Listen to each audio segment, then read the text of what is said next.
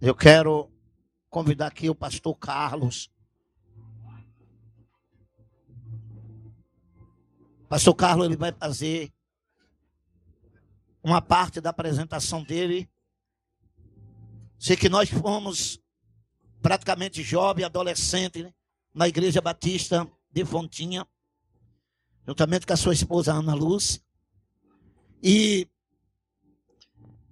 era muito bom.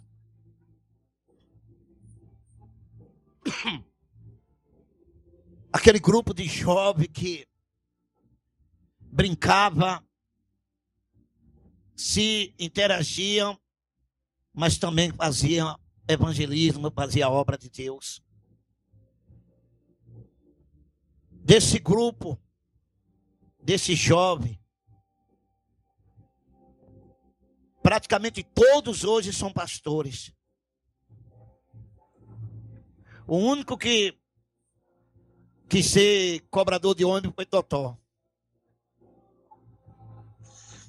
Mas o resto, mas parece assim uma coisa impressionante do ministério do pastor João Luiz. Porque o ministério do pastor João Luiz, ele veio do clube bíblico de Marechal Hermes. E todos os jovens da época do pastor João Luiz que participaram do clube bíblico de Marechal Hermes, todos são pastores. 3 deles foram professores meus no seminário. Assim como que Deus trabalha. E no ministério do pastor João Luiz, praticamente todo aquele jovem que estiveram na época, logo quando ele chegou no ministério, quando se converteram no seu ministério como eu, hoje todos são pastores. Uma colheita de homens de Deus e de mulher de Deus que o Senhor levantou no Rio para fazer uma grande obra. E a grande obra ainda não terminou. Deus está aperfeiçoando. Eu quero louvar a Deus pela vida desse casal. Quero louvar a Deus pela vida do pastor Carlos, hein? Indicado pelo pastor João Luiz para estar aqui. Hein? E que Deus o abençoe. Né, pastor? Deus abençoe e o resto da apresentação, se eu mesmo possa completar. Amém. Boa noite, amados. Eu quero saudar a igreja com a paz do Senhor Jesus, a graça e a paz do Senhor. Eu estava meio tímido de pregar de conversar com os irmãos, com a Fernanda Brum cantando no fundo, eu fico meio acanhado, Mas nós queremos agradecer desde já o convite. Há mais de 26 anos que eu não vi o Ailton. Permita-me chamar Ailton, que foi desde há 26 anos que eu não via o agora pastor Ailton. Quanto tempo, pastor Jair? 9 anos, glória a Deus. Tá que nem eu, né? O cabelinho ficou um pouquinho mais branco, mas glória a Deus. A minha esposa não, a minha esposa continua jovem, bonita, enfim. Mas, queridos, nós queremos nos apresentar da maneira... Quem conhece o curso Casados para Sempre aqui? Glória a Deus. Alguém já fez o curso Casados para Sempre? Glória a Deus, Deus abençoe vocês. Então, vocês vão se familiarizar com a nossa apresentação, de como é que a gente se apresenta quando a gente tem a oportunidade de estar pregando para casais, estar pregando para famílias. Eu sou o Carlos, casado para sempre com a Ana. Eu sou a Ana, casada para sempre com o Carlos. Nós temos 25 anos de casados, temos 2 filhos, um casal, o Ramon tem 23 anos e a Rayane está com 17 anos. E nós somos líderes de casais, de casados para sempre já há 10 anos. E estamos nesse ministério desde quando o Senhor nos chamou para estar ajudando casais e famílias a se fortalecerem e a cumprirem os chamados de Deus. Amém, glória a Deus. Essa é a participação dela, pode sentar em nome de Jesus. Ela já sai de casa falando assim, eu só vou apresentar. Não, obrigado. Glória a Deus. Queridos, é muito bom estar aqui. Nós estávamos orando desde que o pastor Ailton me ligou. Na verdade, quem me ligou foi o pastor João. Falou assim, eu estou com um amigo seu aqui. Eu falei, Jesus, quando fala que está com um amigo seu lá, é alguma coisa que já vem. Eu estou com um amigo seu aqui precisando de uma ajuda. Eu podia imaginar todo mundo, menos o pastor Ailton. Mas aí depois, quando o Ailton falou comigo ao telefone com esse sotaquezinho, eu lembrei logo quem era. Eu falei, amém. Glória a Deus e aprove a Deus nós estarmos aqui. Hoje nós estamos pastoreando a Igreja Batista Memorial no Parque Anchieta. Não sei se os irmãos conhecem ali a Praça Granito, por ali, estamos ali pertinho. Estamos pastoreando ali, já faz um ano que nós estamos pastoreando ali. Antes nós éramos pastor de família lá na Fontinha. Fui consagrado a pastor na Terceira Igreja Batista de Realengo. Depois fui convidado aí para a Fontinha como pastor de família. Ali trabalhei um tempo com as famílias da igreja, ministrando Casados para Sempre.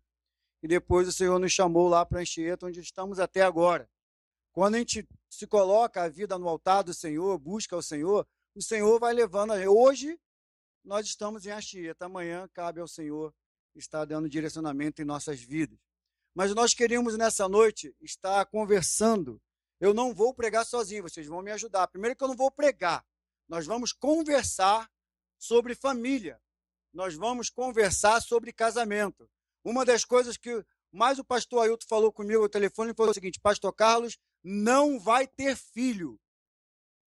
Eu falei, fiquei preocupado, eu falei, não vai ter filho? O que ele está querendo com isso? Eu falei, vai ficar um negócio, ele quer um negócio meio estreito, meio aconchegante. Glória a Deus por isso. E Deus colocou uma palavra no nosso coração. Eu só quero saber o seguinte aqui, quantos noivos tem aqui?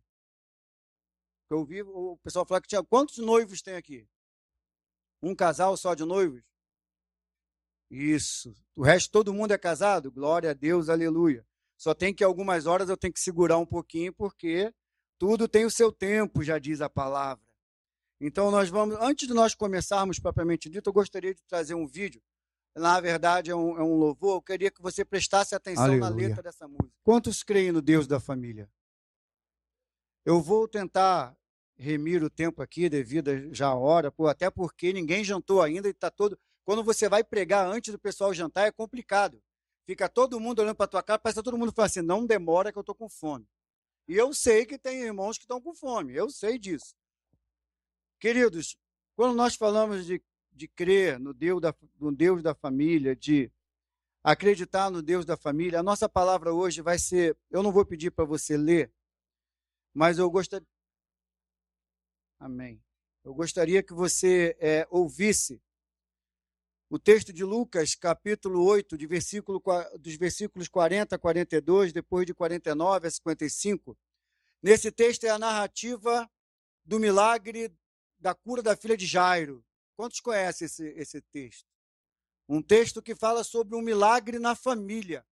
Apesar de que o texto, 90% do seu texto, vai se referir a Jairo e a sua filha, só a figura da mãe só aparece lá no final, quando Jesus já entra no quarto junto com os discípulos, e ele só chama Jairo, a esposa, Pedro, Tiago e João para entrar ali no quarto com eles. É a única hora, mas é um milagre na família. E quando a gente fala de milagre na família, não tem como a gente não falar em casamento, porque o casamento é um milagre. O casamento é um milagre. Você pega uma pessoa, por exemplo, eu casei com a Ana, eu tinha 24 anos, a Ana tinha 23, 22, essa é só para saber se você estava prestando atenção, 22 anos que ela tinha na época. Aí Deus pega, varão, quando tu casou, tu tinha quantos anos, varão?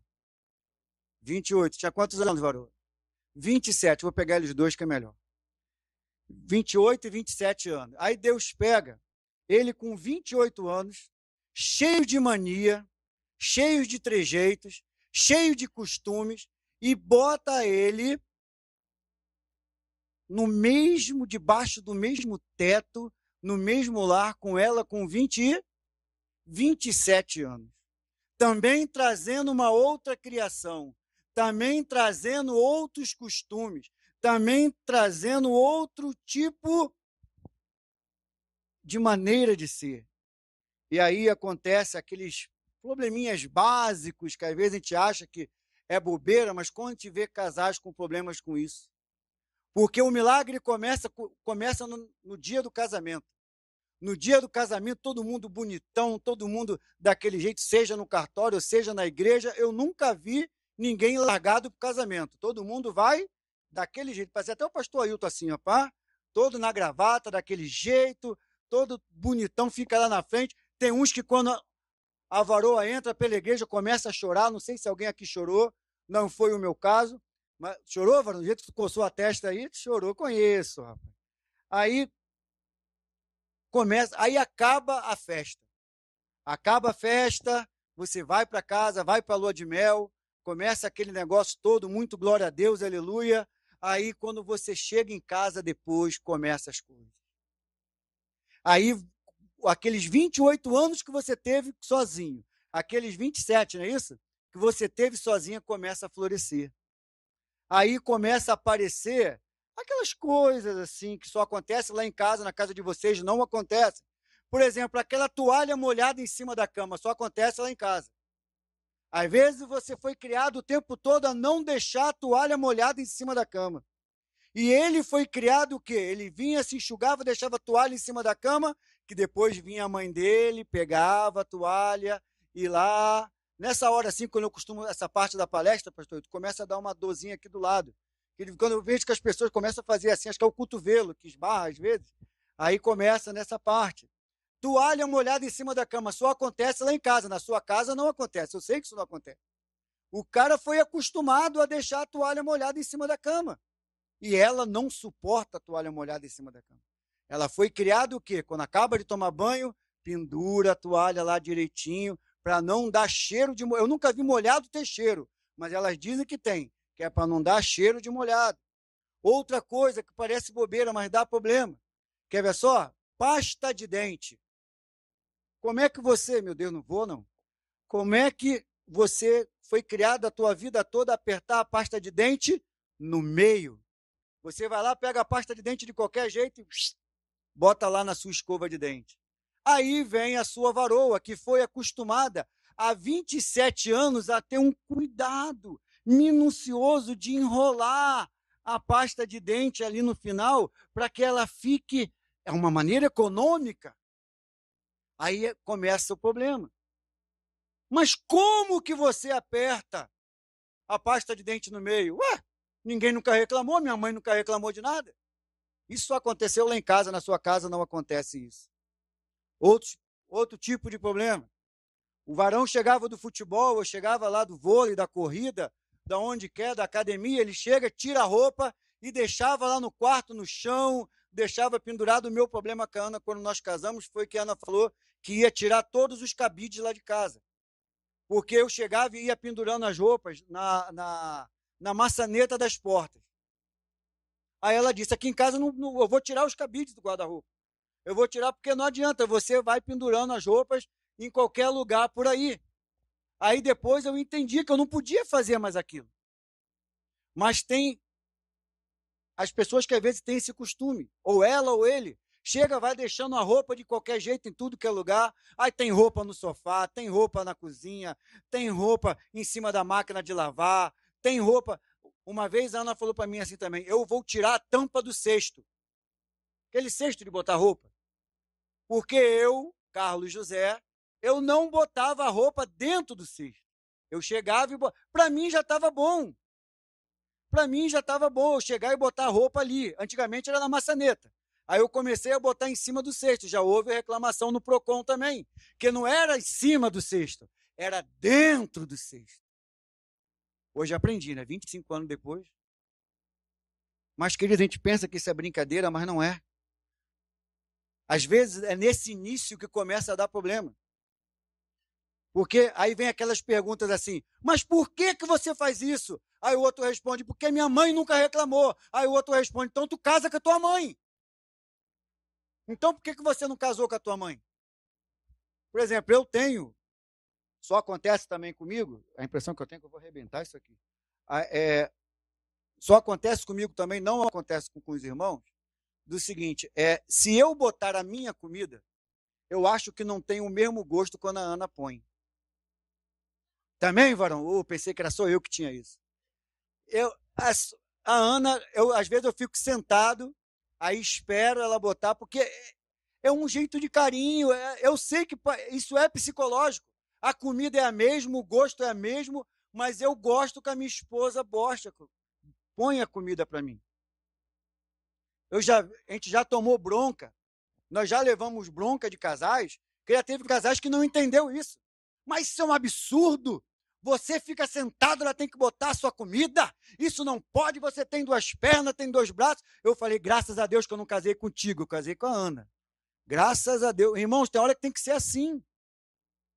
Graças a Deus que eu casei com a Ana Lúcia, não foi com ela, senão tinha dado problema. A Ana também tem os seus costumes. Então, o casamento é um grande milagre. Cada um gosta do amarelo, o outro gosta do vermelho. Um gosta de dormir de luz acesa, outro gosta de dormir com luz apagada. Os noivos já vão ligados aí, varão, já vai vendo os costumes dela aí para tu não ter problema depois. Por exemplo, tem gente que gosta de dormir com o ventilador ligado. Às vezes o ventilador não está nem em cima, mas é para escutar o barulhinho. Aí fica aquele ventilador. Aí tu casa com um rapaz que fala assim, foi educado a vida toda a não dormir de luz acesa, não deixar o ventilador para economizar energia. Aí o cara vai, ele que vai pagar a conta de luz e tu vai convencer a ele a dormir com o ventilador ligado. Irmãos, casamento é um milagre. Às vezes a gente fica brincando assim, mas não é. Eu queria que você olhasse para o teu cônjuge agora e falasse para ele assim, você é um milagre. Olha para ele. E agora você vai responder para ele, eu sou o seu milagre. Eu sou o seu milagre. E agora a gente vai entrar um pouquinho mais, querido, sobre... Nós já entendemos que o casamento é um milagre. Nós já entendemos que cada um tem a sua personalidade. A Bíblia fala que deixará o homem seu pai e sua mãe, se unirá à sua mulher e serão ambos uma só carne. Porém, você nunca vai perder uma coisa chamada sua individualidade. Você nunca vai perder a sua personalidade. Você tem o seu jeito de ser, ela tem o seu jeito de ser. O milagre do casamento, a mão de Deus entra quando ele faz duas pessoas diferentes se unirem no mesmo objetivo. O milagre do casamento é esse. Apertando a pasta de dente no meio ou embaixo, deixando a toalha molhada ou a roupa espalhada. Às vezes o meião está lá no ventilador de teto rodando. Às vezes eu não vou nem falar das outras coisas que isso dá problema. Deixa para lá. O que nós temos feito no nosso milagre? O que nós temos feito com a nossa família? Qual o valor que temos dado à nossa família? Eu me peguei fazendo essa pergunta, eu não me lembro agora se foi semana passada, semana retrasada, que teve aquele caso lá de São... Foi em São Paulo, não, foi aqui no Rio. Do homem que lançou toda a sua família e depois... Foi na Barra, não é isso?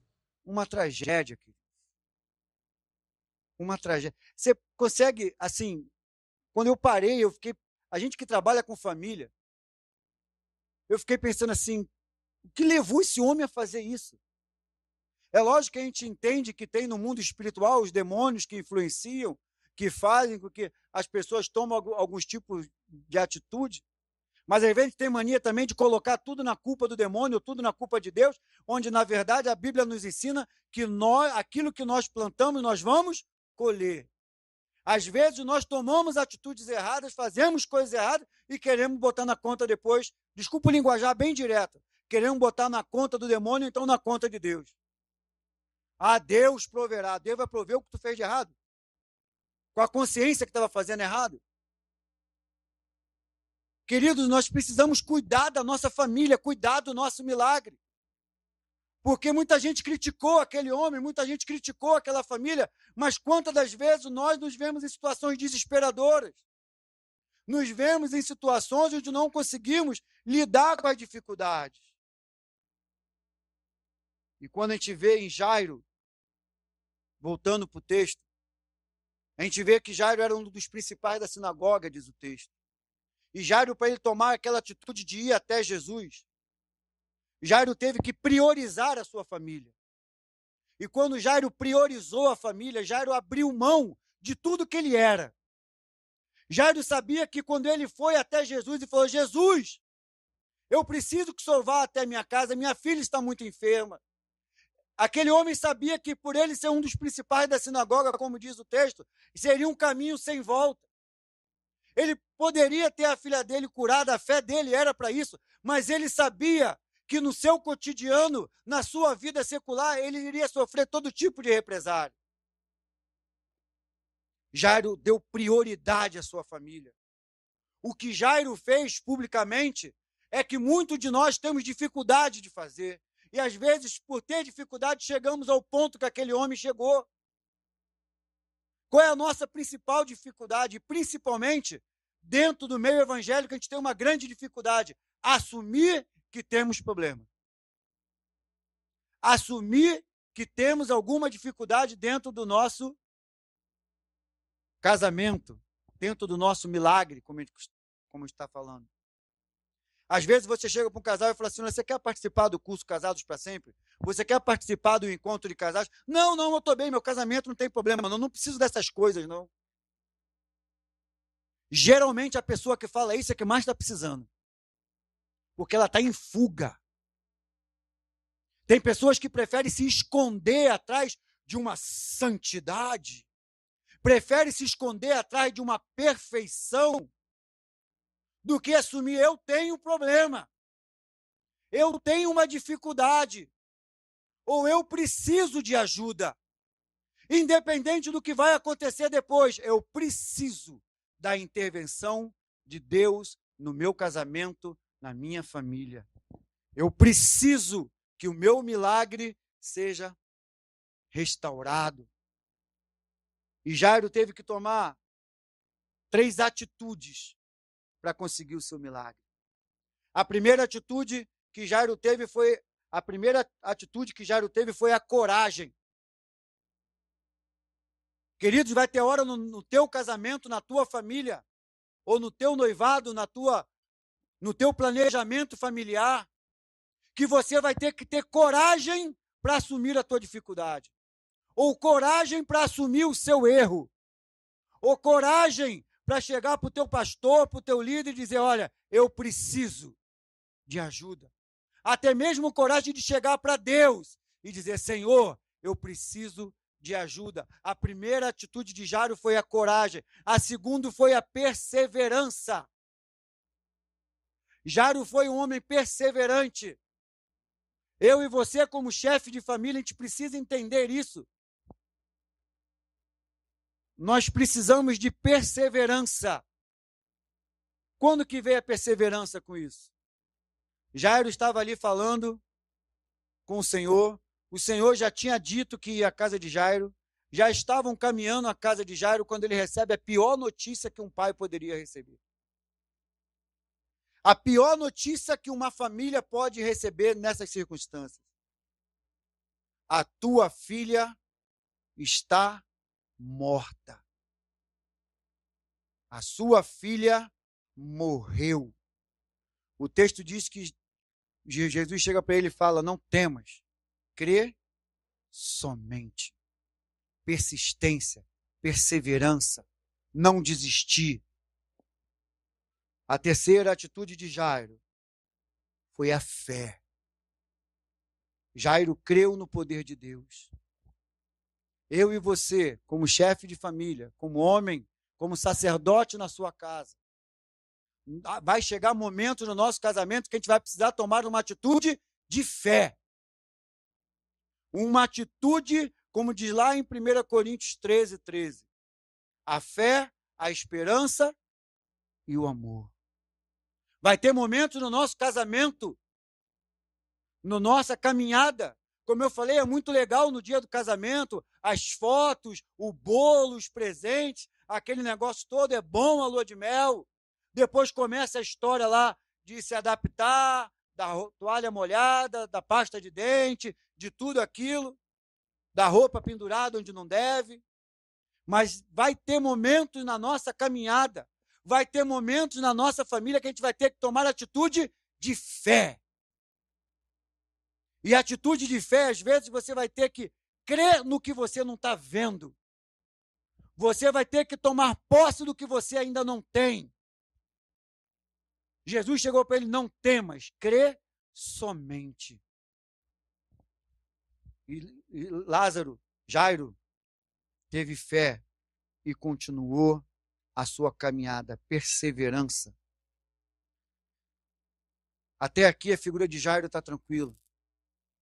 Um homem que priorizou a família, um chefe de família que teve fé, um chefe de família que teve coragem, um chefe de família que foi perseverante. Agora eu quero traçar com você, entrar com você na parte do casamento propriamente dito. E como é que eu vou entrar nessa parte com você? Nós vamos fazer uma analogia entre a filha de Jairo e o nosso casamento. A filha de Jairo era filha única, diz o texto. E o nosso casamento é único. Nosso casamento é algo valioso. Nosso casamento é algo precioso. A Bíblia diz que o casamento é um projeto de Deus. Deus, a família é algo que nasceu no coração de Deus. Aquela menina estava doente. E há momentos em que o nosso casamento também fica doente. Há momentos em que o nosso casamento passa por aflição, passa por luta, passa por dificuldades. Aí é que vem, às vezes, o problema. Porque, às vezes, as pessoas pegam o Salmo 128 e faz daquilo ali uma receita de bolo. Não, a minha família é uma família abençoada. A minha família é uma família do Senhor. A sua família é uma família abençoada. A sua família é uma família de Deus. Mas a sua família não é perfeita. Sabe por que a sua família não é perfeita? Porque nós não somos perfeitos. A Ana não é perfeita. Eu não sou perfeito. Os nossos filhos não são perfeitos. A nossa natureza adâmica fez isso.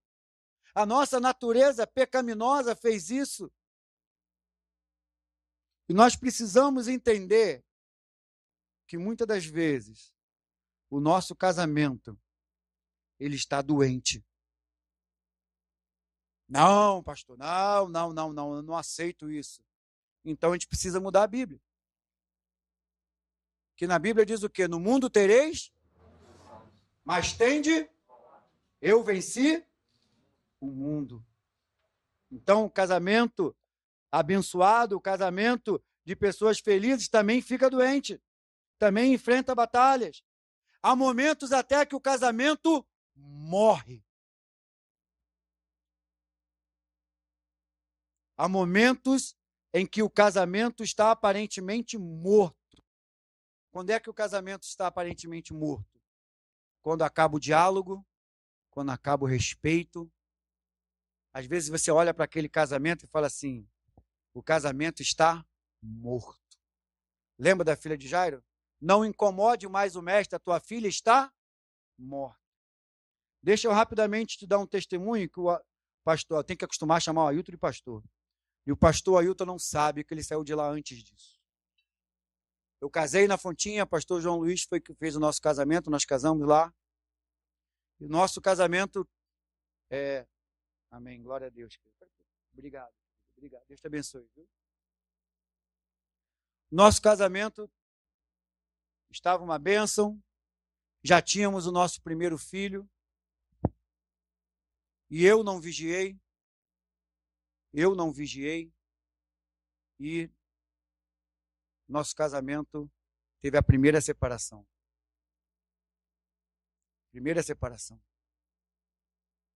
Depois voltamos e passamos pela segunda separação. Talvez você esteja vendo, ver o Carlos e a Ana aqui hoje, né? Ver a gente se apresentando há 10 anos no Casado para Sempre. Eu hoje com o ministério. A Ana hoje como uma mulher de Deus, perseverante. Mas, querido, houve um momento em que as pessoas olhavam para o nosso casamento e falavam assim, morreu. 2 vezes, 2 separações, 2 filhos, e já era. Teve gente que falou para Ana assim, olha, Ana, não volta para ele não, hein? Não volta para ele não, porque ele vai fazer de novo. Só que para a honra e para a glória do nome de Jesus, quem tratou o nosso casamento foi o Senhor. E nós estamos aqui para a honra e para a glória do Senhor, testemunhando para vocês o que Deus fez. Houve um momento na nossa vida em que a gente precisou literalmente que o nosso casamento fosse ressuscitado. E só o Senhor pode fazer isso. Há momentos na nossa vida em que não há vigilância Há momento no nosso casamento ou no nosso relacionamento em que nós não vigiamos, em que nós não prestamos atenção, estamos indo, desculpa, como diz a música aí fora, deixando a vida levar, e vai levando, achando que tudo acontece com os outros, menos com nós mesmos. E aí isso acontece com fulano, acontece com Beltrano, mas comigo não vai acontecer. Quem disse? O que a palavra nos diz? O que Paulo nos fala? Aquele que está em pé, cuide para que não caia. E eu separei alguns pontos aqui bem direto, bem de uma maneira sucinta para conversar com os irmãos sobre como é que a gente pode saber se o nosso casamento está doente. Como é que a gente pode saber se o nosso casamento está aparentemente morto? Eu achei interessante quando o pastor orou, que ele falou assim, Senhor, se há alguém que veio para cá brigado, eu falei, Jesus, aqui também. Isso acontece com todo mundo. Isso é porque nós somos humanos. Às vezes a gente sai de casa, isso só acontece lá em Marechal Hermes, onde eu moro, não acontece com vocês. Às vezes um se arruma primeiro que o outro. Lá em casa, geralmente, eu me arrumo primeiro que a Ana. Então eu já aprendi que eu tenho que ficar meditando enquanto ela acaba de se arrumar. Mas às vezes isso não acontece com tanta frequência. Às vezes a mulher que se arruma primeiro que o homem. E às vezes isso já cria um problema antes de sair de casa. Seja para festa, seja para o culto, seja para onde for, o problema já começa aí. Hoje nós temos esse entendimento, mas houve um tempo que nós não tínhamos. Quando eu vim para cá, eu vim pelo um caminho tranquilo, saí de casa mais cedo. Aí ainda liguei para a irmã, não foi, irmã? Esqueci o nome da irmã. Fátima. Ainda falei com a irmã Fátima, irmã Fátima, vou chegar uns 15 minutos antes. Cheguei 15 minutos depois. Por quê? Porque eu vim, quando cheguei na Brasil, ele tudo parado. Eu falei, Jesus, tem misericórdia, o que eu vim fazer aqui? Aí tive que entrar, sair por dentro, voltar tudo de novo, ir lá em Rocha Miranda, passar, e cheguei. Mas houve um tempo que as coisas não eram tão simples assim não, querido. Isso gera motivo de briga, isso às vezes gera motivo de problema. E às vezes a gente precisa de prestar atenção no nosso casamento, no nosso relacionamento, para perceber se tem sintomas de crise ou se tem sintomas de morte. Que isso, pastor? Meu casamento? Eu sou uma mulher de Deus? Eu sou um homem de Deus? Amém, glória a Deus. Quer que eu te diga a estatística de quantos homens e mulheres de Deus hoje estão em crise nos seus casamentos? Quer que eu te diga a estatística de quantos pastores estão com casamentos destruídos ou doentes? Quer que eu te diga de quantos líderes, com quantos membros de louvor, de quantos membros de igreja estão passando por doenças, de dificuldades no casamento? E às vezes não percebe. Aí depois quer botar a culpa em Deus. Não, Deus. Foi porque nada. Foi porque eu não vigiei, porque você não vigiou. Uma das coisas que eu tenho consciência no meu casamento, na minha vida, eu sempre falo isso para a honra e glória do Senhor. Foi que se a Ana tivesse desistido de orar por mim, eu não estaria aqui. Quem errou no nosso casamento as duas vezes fui eu. O culpado do casamento das duas separações fui eu. Mas aquela mulher nunca desistiu de orar. Nunca desistiu de buscar. E hoje, a vitória dela em nome de Jesus. O primeiro ponto para saber se seu casamento tem problema é o seguinte: há diálogo no teu casamento? Não precisa me responder, só aí na sua mente você e teu cônjuge. Há diálogo no teu casamento? Há comunicação no seu casamento? Que às vezes é muito comum a gente ouvir, às vezes, principalmente o homem fala assim, eu preciso sair para bater um papo, para espairecer a minha mente. Às vezes a mulher fala assim, eu preciso sair com as minhas amigas, com as minhas irmãs da igreja, para ir no shopping, eu preciso distrair a minha mente. Mas deixa eu te perguntar, querido, você anda conversando com teu cônjuge? Caiu até o copo ali. Há diálogo entre você e tua esposa? Há diálogo entre você e teu esposo? Ou será que entre você e teu noivo, e você e tua noiva? Às vezes nós queremos conversar com todo mundo. Falamos a nossa vida para todo mundo. Isso é outro ponto que a gente vai ver mais à frente. Mas não conversamos com o nosso cônjuge. Parece que o nosso cônjuge é tratado por SMS, por e-mail. Vai jantar em casa hoje? Vou te responder por e-mail. Não sei. Não conversa. Não há diálogo. Um casamento que não há diálogo, um casamento que não há comunicação, é um casamento doente. Aí tem gente que fala assim, não, pastor, o senhor não sabe da minha vida, eu não tenho tempo. Tempo de quê? Não tem tempo de quê? De conversar com o teu marido? Não tem tempo de quê? De conversar com a tua esposa? Alguma coisa está errada, alguma coisa está consumindo o teu tempo. A prioridade do nosso diálogo, a prioridade da nossa comunicação tem que ser a nossa família. Tem que ser o nosso cônjuge. Segundo ponto, há tempo para o casal. Sabe o que é tempo para o casal? Tempo sozinho. Por isso que eu brinquei aquele negócio com o pastor Ailton, falou, olha, não vai ter filho e tudo. Há momentos no nosso casamento que a gente precisa disso. Não tenho nada contra os filhos são bênção. A Bíblia diz que são herança do Senhor. Mas o casal precisa ter um tempo individual, um tempo para o casal. Tem muita gente que acha que diz que casal só tem que ficar sozinho na hora do glória a Deus, aleluia. Isso não existe não, irmão. Vocês vão entender. Se não estão entendendo glória a Deus, aleluia, vão entender um pouquinho mais à frente. Não é só isso, não. A gente precisa ter um tempo de conversar, um tempo, às vezes, de não fazer nada. Um tempo de, às vezes, sentar na sala, televisão desligada, rádio desligado e bater papo. Fazer cafuné. Sabe, contar história. Coisa que a gente fazia quando era namorado. Já tem gente até misturando amendoim ali já tá Estamos chegando lá. Falou no glória a Deus, aleluia, amendoim começou a circular. Irmãos, tempo de qualidade para o casal. Sabe por quê? Tem gente que fala assim, mas como é que eu vou deixar meu filho? Como é que eu vou deixar a minha filha? Meu querido, quem chegou primeiro? Foi teu cônjuge ou tua filha? Se você não estiver bem com o teu cônjuge, como é que você vai abençoar os teus filhos? Se você não estiver em comunhão com a tua esposa ou com o teu esposo, o que teu filho vai estar vendo? Se tem uma coisa que nós somos, é espelho dentro de casa. Dificilmente eu chamo a Ana pelo nome. Outro dia ela até brigou comigo, ela falou assim, depois de 25 anos você mudou.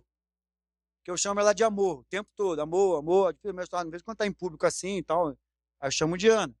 Aí outro dia eu chamei, eu estava chamando ela de preta, aí ela chegou para mim e falou assim, mas por que você parou de me chamar de amor, agora me chama de preta? Eu falei, tá bom, eu vou voltar pro amor. Mas por que eu estou falando isso? Porque meu filho já está com 23 anos. Há um tempo atrás, agora não está mais, ele estava namorando. E qual foi a nossa surpresa quando ele chamou a namorada dele, chamou de amor. Aí a Ana na hora, ei, que negócio é esse de amor já, calma. E tal, aí brincou com ele lá, e ele entendeu, mas ele chamou a namorada dele da mesma forma que eu chamo a mãe dele. O teu filho é o teu espelho. Se você trata bem a tua esposa, teu filho vai tratar bem a namorada dele. Se você tratar bem teu marido, a tua filha vai tratar bem o marido dela. Nós somos espelho dos nossos filhos. Então a gente precisa de tempo, de qualidade. Queridos irmãos, não se escandaliza com o que eu vou falar aqui. Mas uma das grandes dificuldades que a família evangélica tem enfrentado, às vezes, é o ativismo na igreja. É o ativismo na igreja. Todo final de semana tem programação, todo dia tem programação, todo dia tem programação, programação disso, culto daquilo, culto do santo, do velho, do novo, do meia-idade, do terceira-idade, do solteiro, do casado, do divorciado. Irmãos, cultuar a Deus é bênção. Mas a tua família precisa de um tempo, o teu casamento precisa de um tempo. Há pouco tempo, lá na minha igreja, o irmão veio, irmão, pastor, tem um sábado aqui vaga. Eu falei, ô, calma. Não é porque o calendário está vazio nesse sábado que tem que botar alguma coisa, senão a igreja está parada. A igreja é constituída de famílias. Se a família estiver mal, a igreja está mal. Para os irmãos terem uma ideia, há igrejas que no quinto domingo não tem culto. É o dia da família. Às vezes não está o quinto domingo. Se você vai para a praia, se você vai para onde você vai, se você vai ficar em casa dormindo, se você vai, mas há igrejas que já estão investindo na família nesse ponto. O quinto domingo não tem culto, é o domingo da família.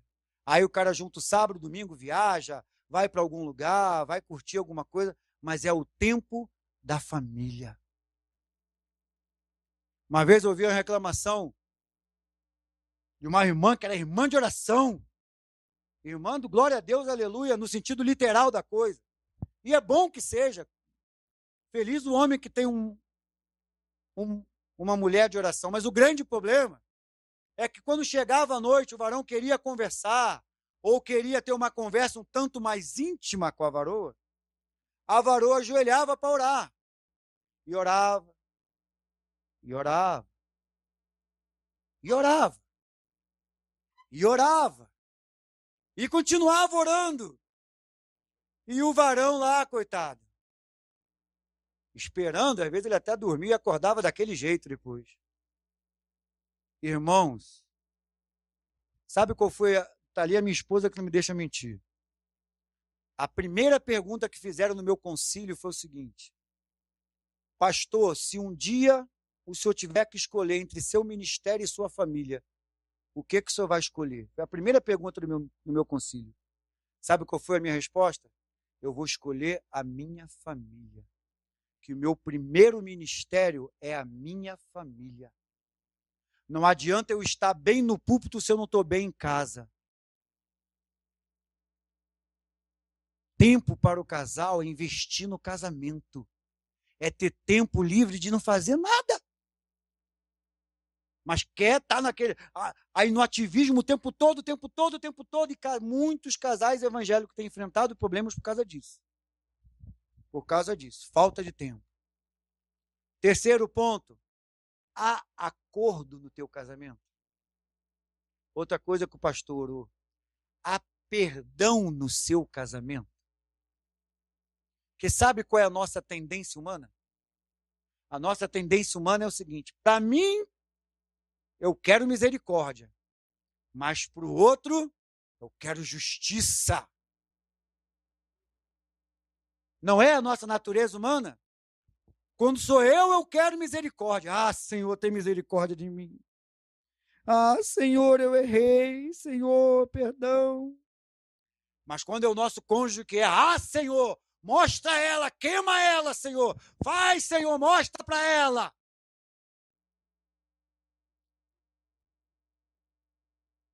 Só lá em Marechal que acontece isso. Queridos, esse negócio de perdão e de acordo é tão sério, que a Bíblia fala o seguinte, que se você não estiver em comum acordo com teu cônjuge ou com teu irmão, as suas orações são interrompidas. Tem noção do que é isso? Meu irmão, problema todo mundo tem. Dificuldade todo mundo tem. Eu só acho que já passamos por 2 separações, Deus já restaurou o nosso casamento, glória a Deus, somos líderes de casado para sempre, já ministramos em vários grupos, já pregamos em várias igrejas, glória, e tu acha que lá em casa de vez em quando a chapa não esquenta? O telefone até tocou. Você acha que de vez em quando a chapa lá em casa não esquenta? Tu acha que de vez em quando o negócio não fica estreito entre nós dois? Tu acha que de vez em quando eu não tenho uma visão e ela tem outra? Mas a gente precisa entrar em acordo. E se dentro dessa circunstância precisa de ter perdão, a gente precisa liberar e pedir perdão. Tem pessoas que até conseguem liberar o perdão. Mas pedir... Mas pedir... Tem uma coisa chamada eu, que é um problema sério. Eu não vou. Você já imaginou se Jesus tivesse feito isso conosco? Oi? Ah, tá. O varão pensou alto, tá? Entendi. Pode falar, varão, mas cuidado com o que tu vai falar, pelo amor de Jesus. Porque, irmãos, há pessoas que mantêm um arquivo de erros. Desculpa mais uma vez a sinceridade. Um arquivo de erros. O que é arquivo de erros? Ah, eu te perdoo. Ah, que bênção. Que bom. Ah, legal. No primeiro erro que vem de novo, taca tudo na cara de novo. Lembra naquele dia, 5 anos atrás, quando você fez isso e você falou que... Então você não perdoou, filho. Então você não perdoou. Porque quem perdoa, esquece. Você não vai sofrer de amnésia. Isso é utopia, isso é mentira. Se você perguntar para a Ana tudo que ela sofreu, tudo que ela passou, ela vai lembrar. Mas eu digo isso diante de Deus para a felicidade dos nossos filhos. Nunca passamos o que passamos. Nunca a Ana voltou no assunto. Nunca a Ana voltou no assunto. Não estou tirando a Ana como padrão, como exemplo para ninguém, não. Estou dando só, citando o que aconteceu. Em nenhum momento, depois que a chapa esquentou, ela falou, mas sabia, porque bem que me falaram. Nunca. Aí você lembra de um problema que teve há 5 anos atrás, de uma coisa que você tinha falado que perdoou e você volta aquilo tudo de novo. Mas você lembra naquele dia na casa da sua mãe? Você lembra aquilo que você falou na igreja na frente de todo mundo? Aí volta aquilo tudo de novo. Aí daqui a pouco volta a lágrima, volta a tristeza. Então o nosso casamento precisa de acordo. O nosso casamento precisa de perdão. Outro ponto, há entendimento sobre os papéis no nosso casamento? Sabe o que é entendimento sobre papéis no nosso casamento? A Bíblia fala que o homem é o provedor da casa. O homem é o cabeça. A mulher é sua adjuntora, aquela que ajuda. Mas o grande problema é que tem uns abençoados que quer jogar tudo na conta da mulher. Quer que a mulher resolva tudo. Quer que a mulher faça tudo. E quando não faz, ainda briga. Tem mulher que tem problema, às vezes, que é o contrário. Às vezes aconteceu uma situação, às vezes precisa de uma situação em que precisa conversar, tomar a decisão. Aí vai a mulher e toma a decisão, já faz o negócio. Quando o marido chega em casa, já encontra tudo pronto. Olha o problema formado. Aí o marido pergunta, mas por que você não me ligou? Aí precisava. Querida, você é casada. Casada. Querido, você é casado. O grande problema é que às vezes a gente casa e quer ter vida de solteiro. A gente quer casar e quer continuar com os vícios de solteiro. Se fosse só o problema da pasta de dente, se fosse só o problema da toalha, estava tranquilo. O problema é quando fala assim, mas a minha mãe sempre fez tudo lá em casa. Aí está arriscado ouvir aquela resposta de novo. Eu não casei com tua mãe, casei com você. Mas lá em casa meu pai que fazia tudo. Você não casou com seu pai, você casou comigo. Queridos, ter os papéis definidos dentro do lar é algo importante que evita problema. O que é a atribuição da mulher? O que é a atribuição do homem? Que hoje em dia se prega uma moda, vamos dizer assim, uma coisa contemporânea que não, isso não tem nada a ver, todo mundo pode tudo. Vai. E o que a Bíblia diz? que o homem é o cabeça. Para você entender bem claro isso, vou usar o que o pastor Ailton falou assim, diga para o seu Adão, diga para a sua Eva. Quando houve o problema lá no paraíso,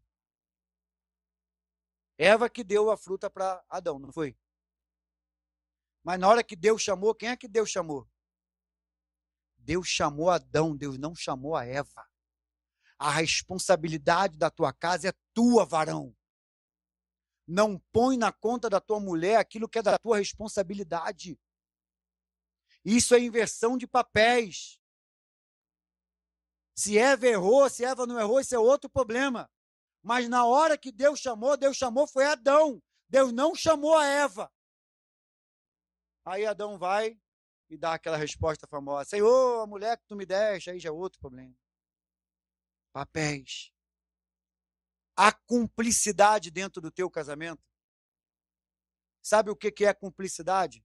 Fazer tudo junto. As tuas decisões, quando você toma sozinho ou toma junto com o teu cônjuge? As decisões de comprar, vender, trocar de cor, fazer as coisas básicas dentro de casa. Como é que você faz? É tudo do jeito que você quer ou é tudo do jeito que nós queremos? Um exemplo disso, que eu conto sempre, foi quando a gente foi trocar de carro há pouco tempo. Eu fui na agência, vi o carro, gostei do carro. Já estava palavrado o carro lá com o vendedor, aí liguei para a abençoada. Eu falei, vem aqui na agência para você ver o carro, para você dar a tua opinião, para saber se vai dar certo. E ela foi lá, olhou o carro, viu o carro era preto. O carro que eu estava vendo era preto. Aí ela olhou assim, se encantou com um carro branco que estava atrás do preto. Tá rindo? Adivinha qual o carro que eu comprei? O branco. Porque houve acordo, querido. Depois que eu não fui conversar com o vendedor, o branco tinha coisas melhores, tinha mais coisas que eu não tinha visto. Mulher tem um olhar diferente. Mulher percebe as coisas diferente. O homem é mais ou menos assim, tem roda, tem volante, tem maçaneta, a porta abriu, tá bom. A mulher já vê o espaço para o filho que vai ficar atrás, para sua mãe que não anda direito, que vai sentar no banco de trás, se a porta abre, legal. A mala, o tamanho da mala, se vai precisar, se não vai precisar, quando vai fazer compra, como é que não vai. Acordo. Você não é mais solteiro, querido. Você não é mais solteira, querido. Querida. 2. A Bíblia fala que depois que nós casamos, 2 vira 1. No Casados para Sempre a gente usa muito isso, 2 igual a 1. Porque o Senhor, quando olha para você, ele olha para o casal, ele vê um só. Isso é sério. Então, tem uma coisa que a gente precisa abrir mão do eu. Eu quero. O eu quero era bom quando tu era solteiro. Depois que tu casou, meu filho, esquece isso. Então, a gente precisa entender que o nosso casamento precisa ter uma cumplicidade e abrir mão do individualismo. Uma outra pergunta. Há tempo para oração no teu casamento? Há tempo? Não, pastor, eu oro, eu sou um homem de oração, eu sou uma mulher de oração, eu faço minha devocional. Amém, isso é bom, isso é ótimo. Mas qual foi a última vez que você orou com o teu cônjuge? Qual foi a última vez que você pegou a mão da sua esposa e do seu esposo e orou junto com ele? Qual foi a última vez? Eu não estou dizendo de você ficar ali meia hora, 40 minutos, 1 hora, ó Deus. Irmão, se você puder fazer isso, glória a Deus, faça. Vai edificar bastante o teu casamento. Mas orar juntos não significa que precisa ser esse tempo todo. Lá em casa, depois que nós aprendemos isso, nós tomamos uma decisão. Pode estar atrasado, pode ser o que for, às vezes um pode estar dormindo e o outro a gente acorda, mas a gente não sai sem orar juntos. Nem que seja 2 minutos, 3 minutos, nossos filhos aprenderam isso. Quando eles vão sair, que a gente está junto, já orou. Ou então a gente ora junto. Orar juntos, querido. Tempo de oração. Um casamento onde não há oração é um casamento doente.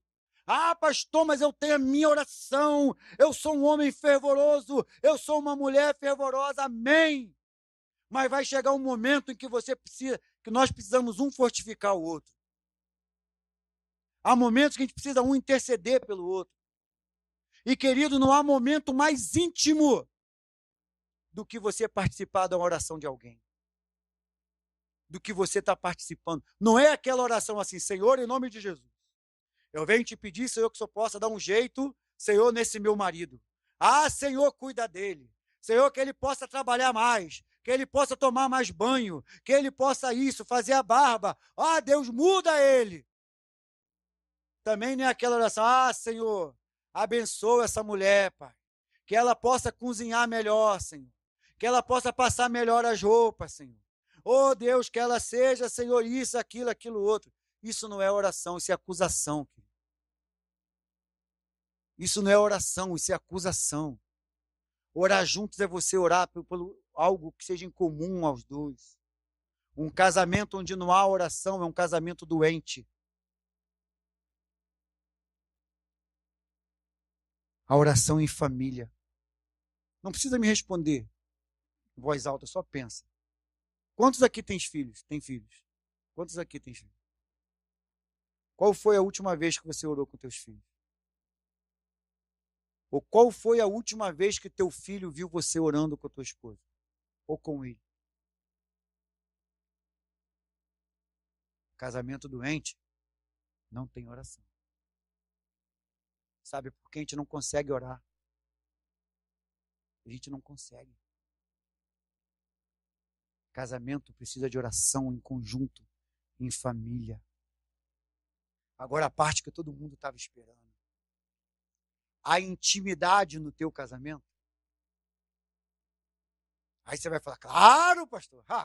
Lá em casa está todo mundo em dia com as suas obrigações trabalhistas, todo mundo em dia, tranquilo, bastante glória a Deus, aleluia. Não é isso que eu estou falando. Estou perguntando se há intimidade no teu casamento. Intimidade, querido, é compartilhar momentos, inclusive o sexual. O que tem de casais com problema nessa área é uma coisa muito grande. O que tem de casais se separando por falta de intimidade é algo fantástico. Porque vai chegar um momento em que, às vezes, um olha para o outro simplesmente como se fosse um objeto sexual. Um objeto de desejo. Um objeto de se colocar para fora aquilo que o seu corpo acumulou. Onde não é assim, querido. A intimidade, ela anda muito junto com uma coisa que muita gente acha que ficou no passado. E que todo mundo gosta quando é consigo. É uma coisa chamada romantismo. Quem aqui se considera uma pessoa romântica? Há o medo de levantar a mão. Só 3. Queridos, o que foi? Só as mulheres que levantaram as mãos. Teve gente que ficou no meio. Teve gente que ficou no meio. Glória a Deus, varão. Queridos, sabe qual é o grande problema? Por que os casamentos enfrentam problema nessa área? E às vezes a gente tem dificuldade de falar isso dentro das igrejas, sobre a área sexual, sobre a área da intimidade. É porque, na verdade, se você acostuma com o passar do tempo, você acha que a tua mulher tem que fazer sexo com você por obrigação. Você acha que teu marido tem que ter relações sexuais com você por obrigação. Deixa eu te falar, ele não tem obrigação nenhuma. Você não tem obrigação nenhuma. Obrigação, no sentido. A Bíblia fala lá em Efésios o quê? Que o corpo da mulher não pertence mais a ela, e sim ao seu marido. E o corpo do marido não pertence mais a ele, mas à sua esposa. Isso é outra coisa. Irmãos, o grande problema é que, às vezes, a gente trata mal as nossas esposas. A gente não valoriza as nossas esposas. A gente não trata ela como deveria ser tratado, como a Bíblia fala. E chega de noite e quer dar glória a Deus, aleluia, querido. Chega de noite, o homem é um troço, o homem é muito complicado, o homem é pelo que vê. O homem passa o dia inteiro na rua vendo um monte de mulher bonita. O cara passa, não pode, hoje em dia você não consegue ver uma televisão se daqui a pouco vir um comercial com sensualidade. E aquilo tudo vai ficando gravado na cabeça do homem. Aquilo tudo vai ficando dentro do homem. Quando o homem chega em casa, meu filho olha para a varoa. Só que às vezes ele esquece que quando ele saiu de casa, ele saiu brigando. Às vezes, quando ele saiu de casa, ele não deu nem um beijinho nela de bom dia. Às vezes, ele não ligou durante o dia para saber como é que ela estava. Às vezes, todo mundo manda mensagem pelo WhatsApp, manda piada, manda versículo bíblico, manda vídeo, manda tudo, mas quantas vezes você manda um eu te amo para tua mulher? Quantas vezes você manda um coraçãozinho para o teu esposo? Irmãos, intimidade é isso. Intimidade é quando a Ana olha para mim, quando eu olho para a Ana, eu já sei que naquele dia vai ter bastante glória a Deus, aleluia, naquele dia não dá para ter glória a Deus, aleluia. Se você não tem intimidade com teu cônjuge, você não vai entender isso. E tua área sexual começa a ter problema. E tua área sexual com problema, o inimigo acende logo aquela luz. Tim! Aí, isso quando não sei que é obra do inferno. Se tem alguém que faz isso aqui, me perdoe em nome de Jesus, mas isso é obra do inferno. O que eu já vi de casais cair com isso não está no gibi. Eu não te perdoo pelo que você fez.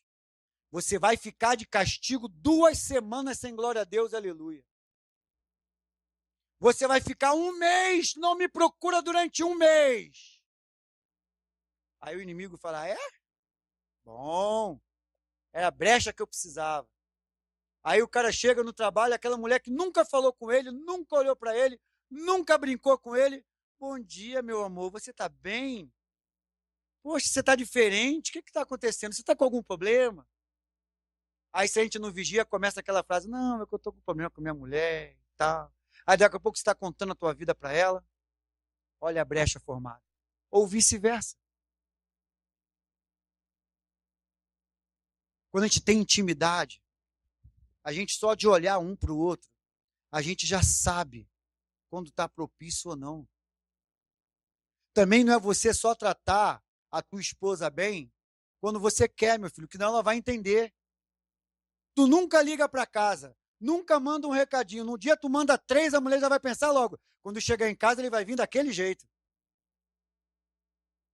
Ou então, quando o marido está lá trabalhando e a mulher começa a mandar mensagem, a primeira coisa que ele pensa, ela quer comprar alguma coisa. Alguma coisa essa mulher quer. Eu conheço essa mulher. Queridos, a área sexual é uma área que ela anda muito com acordo. Anda muito com acordo. Porque o que acontece? Muita gente tem tabu de falar sobre isso, sobre o que pode e o que não pode no relacionamento sexual. O que pode e o que não pode dentro do teu casamento. Querida, a Bíblia condena uma coisa, sodomia, que é o sexo com sofrimento. É o que a Bíblia condena, sodomia, sexo com sofrimento. Se a tua relação sexual causou algum tipo de sofrimento no teu parceiro, para que já passou a ser sodomia. A relação sexual ela precisa de acordo. Precisa ser bom para os 2. Se a tua relação sexual está sendo bom só para um, o outro está sofrendo, já passou a ser sodomia. E isso traz problemas no casamento. Não tem intimidade para entender isso. Não tem intimidade para entender que aquilo que eu acho que está me deixando nas alturas, está fazendo a minha esposa sofrer. Que às vezes aquilo que eu acho que está deixando o meu marido doido, na verdade está fazendo ele sofrer, ele está fazendo só numa tentativa de te agradar. Mas na verdade aquilo ofende, aquilo machuca. Filho, o relacionamento sexual precisa de acordo. Precisa de acordo. Relacionamento sexual foi algo criado por Deus, não foi pelo demônio.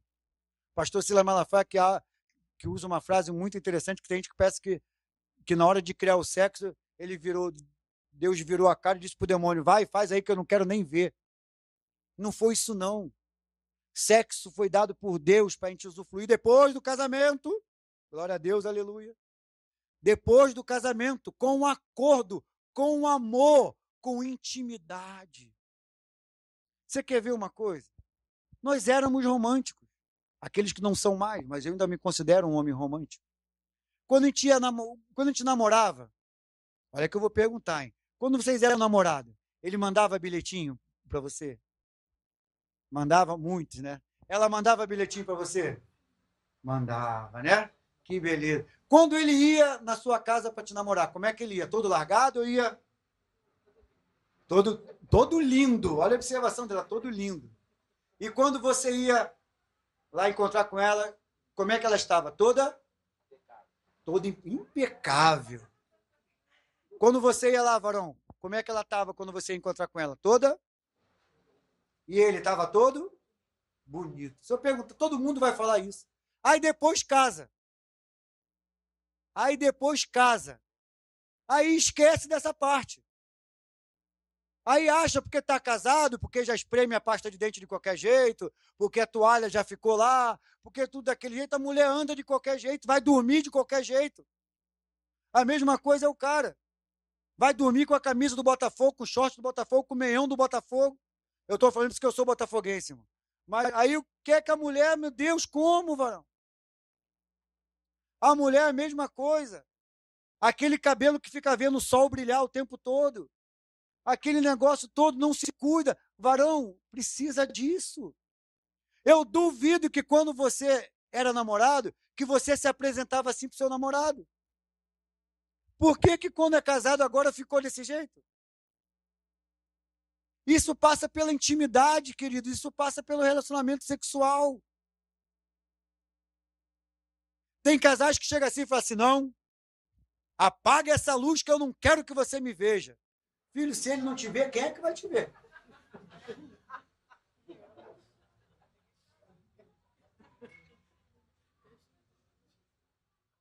Sério, irmão? Uma vez a gente aconselhando um casal, o casal falou assim, tem filho aqui não, né? Os noivos estão só ouvindo, glória a Deus. Teve um casal que falou assim, eu não me lembro a última vez que eu vi a minha mulher nua. Ele falou isso, eu não me lembro a última vez que eu vi a minha mulher nua.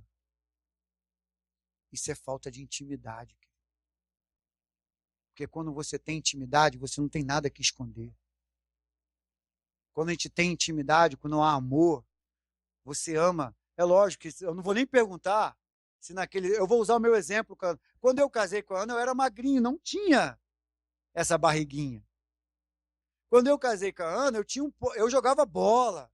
Eu tinha um porte mais atlético. Eu não tinha essa forma de bola que eu tenho hoje em dia. É lógico que o tempo muda. Mas você precisa vigiar nesse sentido, querido. Você precisa estar pronto nesse sentido, a se valorizar para o teu cônjuge, a se preparar para o seu cônjuge, a ter uma vida de intimidade com ele. Você não se casou, deixa eu te contar, deixa eu fazer uma pergunta aqui primeiro, para a gente encerrar, já estamos indo para o fechamento. Quem aqui casou para ser feliz, levanta a mão. Quem casou para ser feliz, levanta a mão bem alto. Deixa eu te dar uma notícia. Você casou errado, velho. A gente tem que casar para fazer o outro feliz. No momento em que a minha preocupação for fazer a minha esposa feliz, e no momento que a preocupação da minha esposa for me fazer feliz, tudo na nossa vida vai fluir, inclusive a área sexual. Uma vez aconselhando um casal, teve um casal que falou assim, eu não consigo ser feliz no meu casamento. Eu falei, mas por que, meu filho? Teu casamento aparentemente é uma bênção, por que você não consegue? Porque na hora da nossa intimidade, na hora da nossa relação, tem algo que ela não faz, que ela tinha que fazer para me fazer feliz, e eu não consigo ser plenamente feliz porque ela não faz isso. Aí eu perguntei para ele, você já conversou com ela sobre isso? Ele não. Eu falei, conversa. Aí depois que ele conversou, ele voltou com a resposta. Pô, pastor, ela falou que não faz porque agride, porque ela tem nojo, porque ela não se sente bem. Às vezes que ela fez foi só para me agradar. E depois ela virou e ficou chorando. Porque, na verdade, aquilo deixava ela com um sentimento muito ruim. Intimidade é a gente entender no olhar um do outro. Para o teu casamento ser uma bênção na área sexual, você precisa ter acordo com o teu cônjuge. Você precisa ter intimidade com ele. Muitas das vezes na nossa vida, falta a coragem de assumir essas coisas. Falta a coragem de dizer, eu preciso de ajuda. Falta aquele momento em que a gente pega o nosso casamento e coloca nas mãos de Deus. Aquele momento em que a gente pega o nosso casamento, o nosso milagre e compartilha com alguém dado por Deus para isso. Isso é uma coisa que a gente precisa tomar cuidado também, eu não posso fechar sem falar isso. Eu estou aqui adiantando um pouquinho, mas a gente não pode fechar sem falar isso. Cuidado com quem você fala do teu casamento. Cuidado com quem você se abre sobre a tua família, sobre o seu casamento. Trazendo para dentro do texto, chegou um momento quando Jesus chega na casa de Jairo, que Jesus entra naquele quarto para efetuar o milagre. Jesus leva todo mundo junto? Jesus não leva todo mundo. Vai Tiago, Pedro, João e os pais da menina. Só. Cuidado com quem você anda falando sobre a tua família. Facebook, então, é terrível para isso, né? Facebook, o cara bota lá se sentindo triste, se sentindo decepcionado, sentindo isso e tal, que meu casamento está isso, meu casamento está aquilo. Quem é que está lendo aquilo, querido? Para quem está indo essa informação, cuidado. Cuidado para quem você fala. Deus te deu um pastor, Deus te deu um líder. Às vezes Deus coloca um irmão na tua vida, que a Bíblia fala que há amigos que são mais chegados do que o irmão. Mas cuidado para quem você fala da tua família, cuidado para quem você conta dos teus problemas, principalmente na área sexual. Principalmente na tua área de intimidade. Isso é algo que é particular entre você e teu marido. Lembra do que eu falei sobre o que pode e o que não pode? O que pode e o que não pode é decidido por você e pelo teu marido. Não é nem o teu pastor. Desculpa, pastor. Nem o teu pastor, posso falar porque eu sou pastor. Nem o teu pastor pode dizer o que você pode, o que você não pode fazer dentro da tua casa, dentro do teu quarto, na tua cama. O que acontece dentro do teu quarto, o que acontece na tua cama, é responsabilidade tua e do teu marido. É responsabilidade tua e da tua esposa. O que acontece dentro do meu casamento é responsabilidade do casal. Acordo, comunhão, intimidade. Se gosta de tudo, glória a Deus, meu filho, se pendura no ventilador e tal, dá glória a Deus, aleluia, de todo jeito, sai correndo dentro do quarto, não volta atrás da cama, até pegar. Meu irmão, qual é o problema? Não, pastor, eu não posso fazer isso. Você não pode se tua esposa não concordar. Você não pode se seu cônjuge não concordar. Agora, se os dois concordarem, irmãos, pastor Joel sabe disso. Vira e volta, às vezes surge essas perguntas, né? Pastor Cláudio Duarte que usa uma frase. Pastor, o meu marido quer se fantasiar de Indiana Jones. Aí, não sei se vocês já viram isso. Ele falou, minha filha, então se veste de onça, deixa ele te caçar. Mas, querido, viva o seu casamento, viva a sua intimidade. Sabe por quê?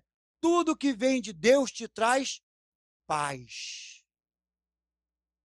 Se tem algo acontecendo dentro do teu casamento que não te traz paz, corre. Corre.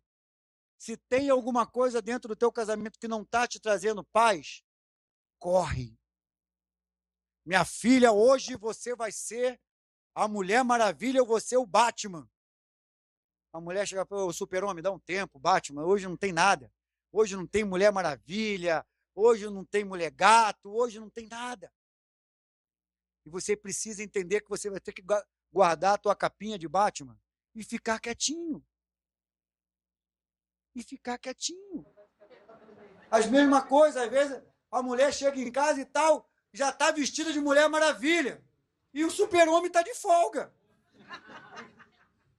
E você quer que o Super-Homem saia voando de qualquer jeito. Minha filha, não adianta. Homem é um negócio complicado. Homem é um negócio complicado. Tem vezes que o Super-Homem não voa de jeito nenhum, querido. Tem vezes que o Super-Homem não... Você precisa entender que naquele dia o Super-Homem não dá para voar. Aí a Mulher Maravilha tem que ficar quietinha. E ir lá para a Liga da Justiça esperar o Super-Homem tranquilo. Na boa. A gente ri, querido. A gente ri de coisa séria. Quantos casais estão passando por problemas por isso? Quantos casamentos doentes? Por falta de acordo, falta de diálogo, falta de perdão. Há pessoas que andam alimentando seu casamento de coisas erradas, querido. Se alimentam do que a novela fala. Uma vez eu vi um rapaz que não tem nada de crente, ele falou uma coisa que eu nunca achei tão, a definição dele tão correta. Ele falou, novela é que nem escola de samba. Já viu escola de samba? Escola de samba ela tem todo aquele ritual, né? A comissão de frente, até chegar lá atrás. A novela só muda o tema, mas a história é a mesma. Um adulterando com o outro, um que está saindo com a mulher do outro, o outro que é filho do outro, que não sabe que é do outro, que é do outro, que é do outro. Só muda a história. Às vezes o nosso casamento está sendo alimentado por isso. Às vezes o nosso casamento está sendo alimentado por isso. E a mulher passa o dia inteiro vendo aquele galã de novela lá na televisão. Quando o marido chega em casa que vai tomar banho, que tira a roupa, ela vê a realidade dela. É bem diferente daquele galã que ela viu o tempo todo na novela. Isso causa problema. Querido, eu não sei como está o teu casamento. Eu não sei, mas Deus sabe. E além de Deus, só você e teu cônjuge sabem. O nosso casamento é algo tão sagrado que só quem está nele, Deus é que sabe. Por mais que eu possa contar aqui da minha vida, da minha experiência, vocês não sabem o que eu passo com a Ana dentro de casa. Eu não sei o que o casal passa. Eu não sei o que o casal passa. Eu não sei o que o casal passa. Mas Deus sabe. Deus sabe. Há casais tão feridos, querido. Tão feridos. E eu aconselho quem não fez ainda o curso Casados para Sempre que faça. Quem o pastor já fez sabe como é que é a bênção que é. Às vezes quando a gente passa pela aula de intimidade, quanto choro a gente vê. Porque a mulher passou o tempo todo sendo violentada em vez de ser amada. Que o marido passou o tempo todo sendo rejeitado, ultrajado, se sentindo um lixo. Que ele não sabe, prazer, já não sei o que é isso há muito tempo. Já não sei o que é isso há muito tempo. Prazer de orar junto com a minha esposa. Última vez que eu orei, deixa eu ver, foi lá no altar, quando o pastor falou para a gente orar. Tem casal que só ora junto uma vez por ano, na renovação de votos. Aqui vocês fazem renovação de votos? Aquele culto do casal, que faz renovação de votos, não sei se aqui faz. Mas tem algumas igrejas que fazem culto de renovação de votos. Aí pega os casais, fica em pé, troca a aliança de novo, faz renovação de votos. Tem casal que a última vez que orou foi isso. Onde a palavra diz que, mas a gente não pode perder a consciência de que por mais que o nosso casamento esteja doente, por mais que o nosso casamento esteja com problema, existe um Deus que pode todas as coisas. A palavra diz que existe um Deus que agindo, nada pode impedir. Foi o mesmo Deus que ressuscitou a filha de Jairo. Foi o mesmo Deus que restaurou o meu casamento. É o mesmo Deus que pode restaurar o seu. É o mesmo Deus que pode curar da sua ferida. É o mesmo Deus que pode tratar das nossas áreas do nosso casamento que possam estar com problemas. É o mesmo Deus, Deus não mudou. Deus não mudou, Deus é o mesmo. Deus é o mesmo. Por que é que às vezes nós passamos por essas aflições, querido? Por que é que às vezes nós passamos por essas lutas? Porque a nossa luta, a nossa caminhada no dia a dia, às vezes faz a gente esquecer de quem é Deus na nossa vida. Jairo houve um momento na sua caminhada, ele indo para casa, quando ele recebeu aquela notícia que o Senhor falou direto para ele, não temas, crê somente. Nessa noite o Senhor está te dizendo aí no teu coração, na tua mente, não temas, crê somente que eu posso restaurar o teu casamento, que eu posso restaurar essa área que está ferida, que eu posso restaurar essa área que está passando por dificuldades. O Deus é o mesmo. Deus é Deus. Deus não muda. E qual é a história do teu casamento, querido? Qual é a história da tua família? Será que daqui a um tempo, quando você parar para ver a tua história, para rever a tua trajetória, qual vai ser a história contada? Uma história de milagres? Uma história de vitórias? Ou será uma história de derrota? Porque a única condição para ser derrotado que a gente tem é quando a gente abandona a Jesus. Quando a gente deixa de persistir, de insistir, de ser perseverante no Senhor. Quando a gente acredita que independente da dificuldade, já houve casais que fizeram casados para sempre separados. Um morando em Friburgo, o outro aqui no Rio. Deus restaurou o casamento. Já teve casais do marido entrar num quarto de hotel, pagar o hotel para se suicidar, para dar um tiro na cabeça, porque ele tinha perdido a mulher e 2 filhas. Perdido no sentido assim, ele errou no seu casamento, se separou, e as 2 filhas não estavam querendo nem mais ver a cara dele. Aquele homem entrou num quarto de hotel, pegou o revólver para dar um tiro na cabeça. Só que na hora que ele abriu a gaveta para ele pegar o revólver onde ele tinha posto, ele viu uma Bíblia. Aquela que os gideões botam. Não sei, um quarto de hotel sempre tem uma Bíblia nos quartos de hotel. Aquele homem pegou aquela Bíblia e abriu e começou a folhear. E ele começou a entender que existia um Deus que podia mudar a vida dele. Aquele homem, além de não se matar, Deus restaurou toda a sua família. Não desista do seu casamento. Não desista da sua dificuldade. Vai chegar um momento que você pode até olhar para o teu casamento e olhar e dizer, está morto, não tem mais vida, acabou. Mas, querido, existe um Deus que tudo pode e que pode restaurar o teu casamento. Qual é a tua história?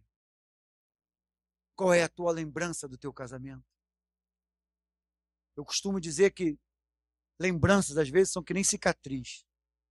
Você olha para a cicatriz e você fala, isso aqui foi um corte muito profundo que eu tive. Mas hoje, não dói mais. Lembranças são assim. A gente vai ver, antes de nós orarmos, um vídeo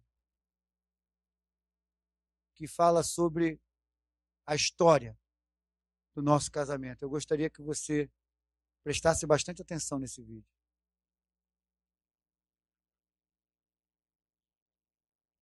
Preste bastante atenção nesse vídeo.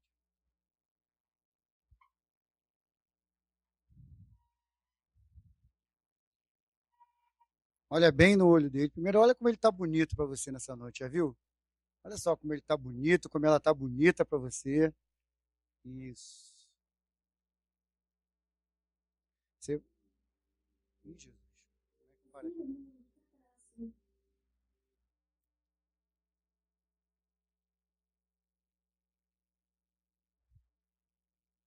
Você vai olhar para ela e vai dizer assim, nós precisamos viver com Cristo. Amém. Querido, irmão, ajuda aqui nesse mistério aqui. Como é que para esse... Isso. Esse computador aqui eu também... Amém. Você vai olhar para ele agora, vai olhar para ela. Eu queria que você agora, nesse momento, se dissesse, liberasse uma palavra para ele ou para ela agora. Uma palavra de carinho, uma palavra de amor. Queria que você, antes de orar com ela, você olhasse para ela, bem nos olhos de você e você nos olhos dele. Pode ser sem um eu te amo, mas eu te amo verdadeiro. Eu te amo espontâneo.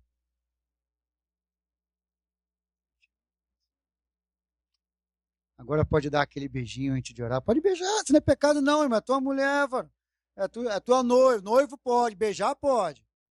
Isso, dá um beijinho. Isso, glória a Deus. Agora, queridos, o que é que nós vamos fazer? Cada um vai orar pelo outro agora. Querido, antes de orar, preste atenção no que eu vou te falar. Não precisa nem olhar para mim, pode continuar olhando para ele. Mas você sabe como está o teu casamento. Você sabe como está a tua intimidade com o teu esposo, com a tua esposa. Você sabe como está o teu diálogo, você sabe como está o teu acordo. Você sabe como está a sua comunhão. Você sabe como estão as coisas dentro da sua casa. Só vocês dois e Deus sabe. Nessa hora eu queria que vocês estivessem orando um pelos outros. E pelo casamento de vocês. Agora não é hora de orar pelo tia, pela tio, pelo nada. É por vocês agora. Comecem a orar um pelo outro agora, em nome de Jesus.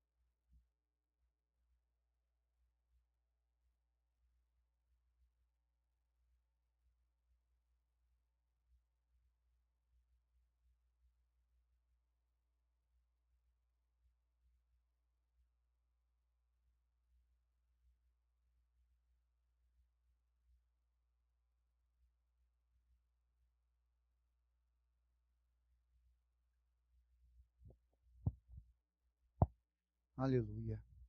Agora você vai trazer ele para bem pertinho de você, o mais próximo que você puder. Isso.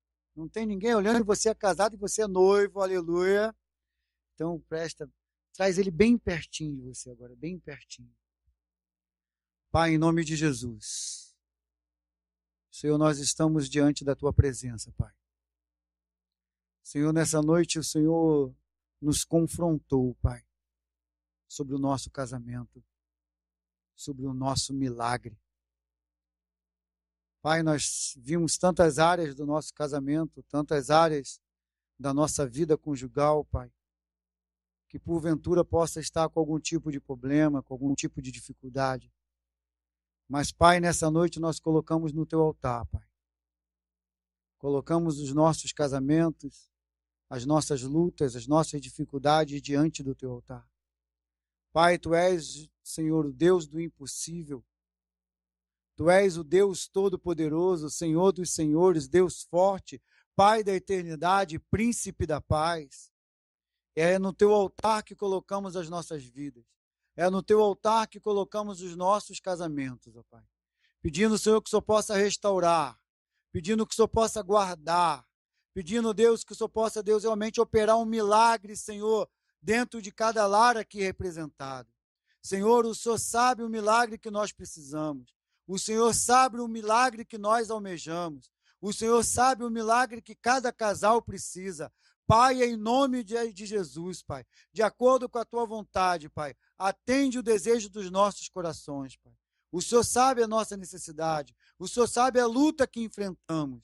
Mas nessa noite, Senhor, como igreja, como família, nós colocamos todas elas no teu altar. porque sabemos, Senhor, que Tu és o Deus que pode fazer da nossa história uma história, Senhor, de vitória, uma história de bênção, não de acordo com aquilo que nós queremos, mas de acordo com aquilo que é a Tua vontade para o nosso casamento. A Tua palavra diz, Senhor, que a Tua vontade é boa, perfeita e agradável. Pai, faça a Tua vontade em nossas vidas, faça a Tua vontade em nossos casamentos. Nós oramos em nome de Jesus. Amém e amém. Glória a Deus. Você pode dar mais um beijinho e se assentar na presença do Senhor. Eu agradeço a oportunidade em nome de Jesus. Deus abençoe a todos.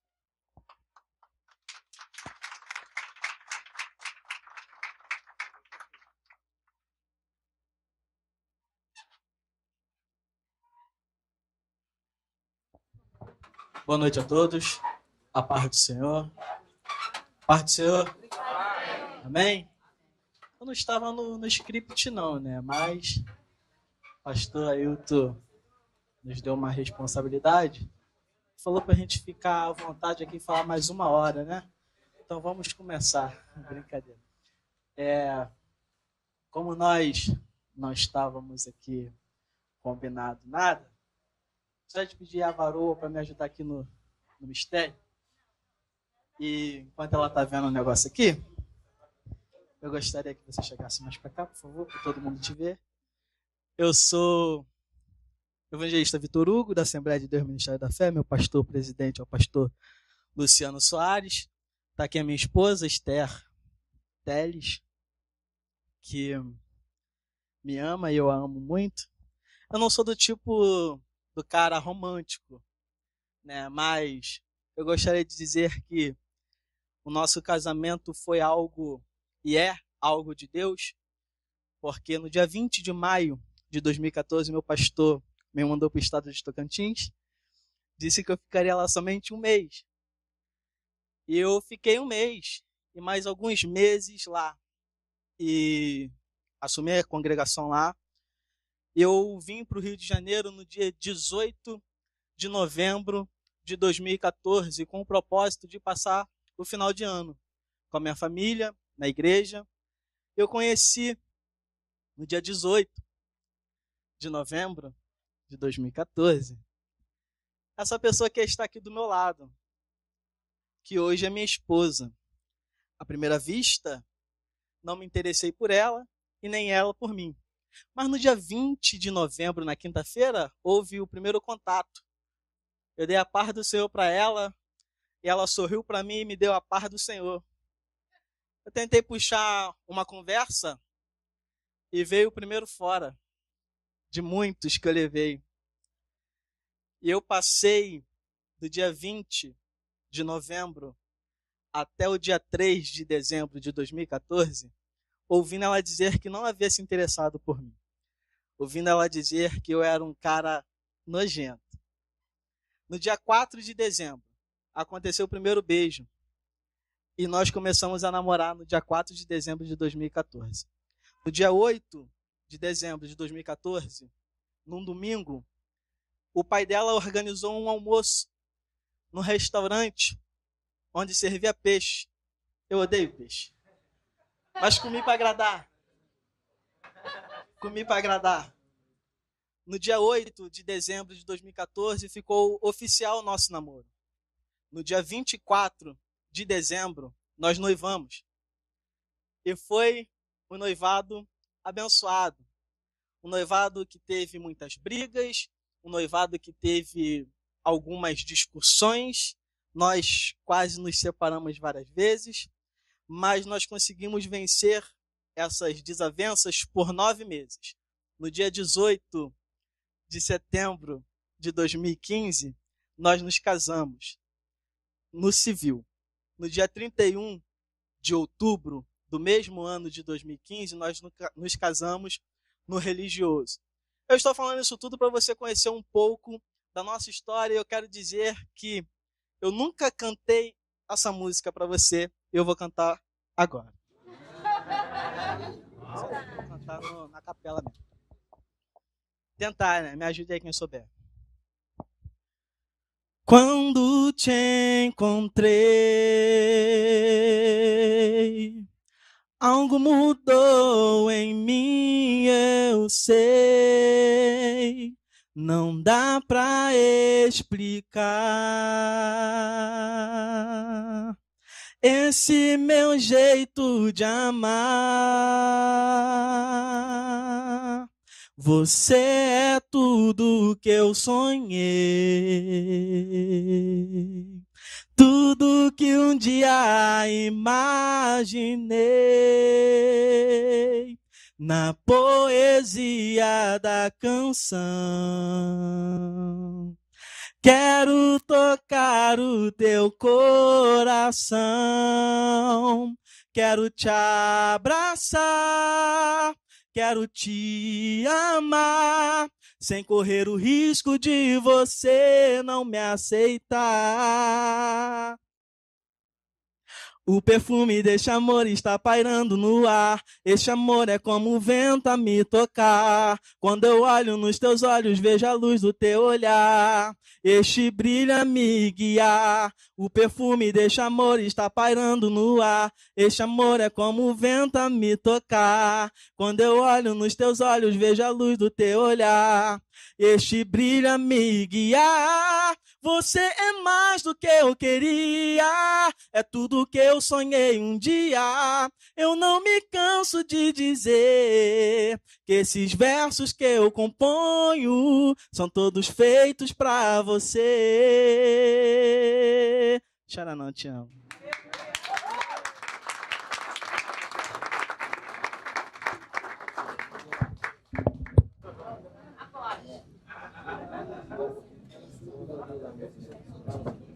Amém, queridos? Enquanto o pessoal lá da cozinha está preparando aí a comida para trazer para nós, mais algum casal quer fazer uma declaração de amor aqui? Uma praca lá, vem aqui, fica aqui do meu ladinho. Você tem estado do meu lado já há 20 e tantos anos, minha filha. Há 20 e tantos anos que ela tem estado do meu lado. Eu não estou falando isso porque hoje é aqui não, mas a igreja sabe que eu falo. Né? Que eu louvo a Deus pela minha Eva. Eu louvo a Deus pela minha Eva. Eu vou falar um segredo aqui que o Carlos e a Ana não sabem. Quando o pastor João Luís chegou na igreja, por isso que pastor tem que ser referência. Quando ele chegou na igreja com a Luciana, ele novinho, né, pastor Carlos? Novinho, né? Até alguém arriscou a dizer assim, esse garotão não vai tocar essa igreja. Né, Ana? E quando ele chegou e olhava o jeito da Luciane, né? Luciane. E eu dizia assim para Deus, no meu coração, eu quero ter uma esposa igual do meu pastor. Serena, tranquila, que fala com todo mundo, na dela, não se mete nas coisas, sempre, né? Eu sempre orei a Deus pedindo, esse negócio de oração dá certo mesmo. Aconteceu comigo. Aí o que é que acontece? Deus me deu. Estava lá no mundo, eu tomei da mão de um grandão quase da altura dessa casa. Mas Deus falou, é tua, vai lá buscar. Eu fui. E é igualzinho, no sentido da unção de Deus, né? Calma, é meu lado calmante, eu sou agitado. Tem hora que era dele assim, calma, aí tá bom, fala. Então eu tenho estado do meu lado durante 20 e poucos anos. Tem me abençoado. E eu digo assim, se não fosse ela do meu lado, eu não sei se o meu ministério estaria de pé. Quantas vezes o ministério foi a zero e ela chegou para mim e disse, levanta, vamos arregaçar as mangas e vamos buscar o povo. E Deus te fala assim, ouve a voz da tua mulher. E sempre está dando certo. Ela não fala, quase que ela não fala, viu, pastor Carlos? Mas ela é igual velha. Ela tem certeza quando ela abre a boca dela. Ela falar, acabou, né? Então louvado seja o nome do Senhor. Eu quero dar glórias a Deus pela vida da minha esposa. Quero dizer aqui, ó, olha, foi o que mais eu falei, e olha a placa que ela pegou. Eu sou do meu amado.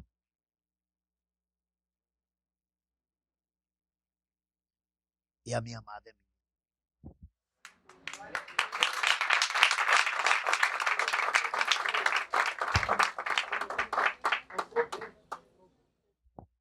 Cumprimento a todos com a paz do Senhor.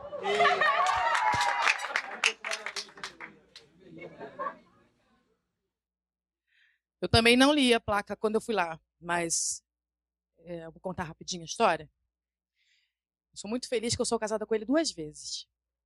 Nós somos casados, nos divorciamos, e depois de 18 anos divorciados, pela bênção de Deus, reconstruímos o nosso casamento. Glória a Deus. E por tudo que nós passamos, coincidiu essa placa. As muitas águas não poderiam apagar o nosso amor.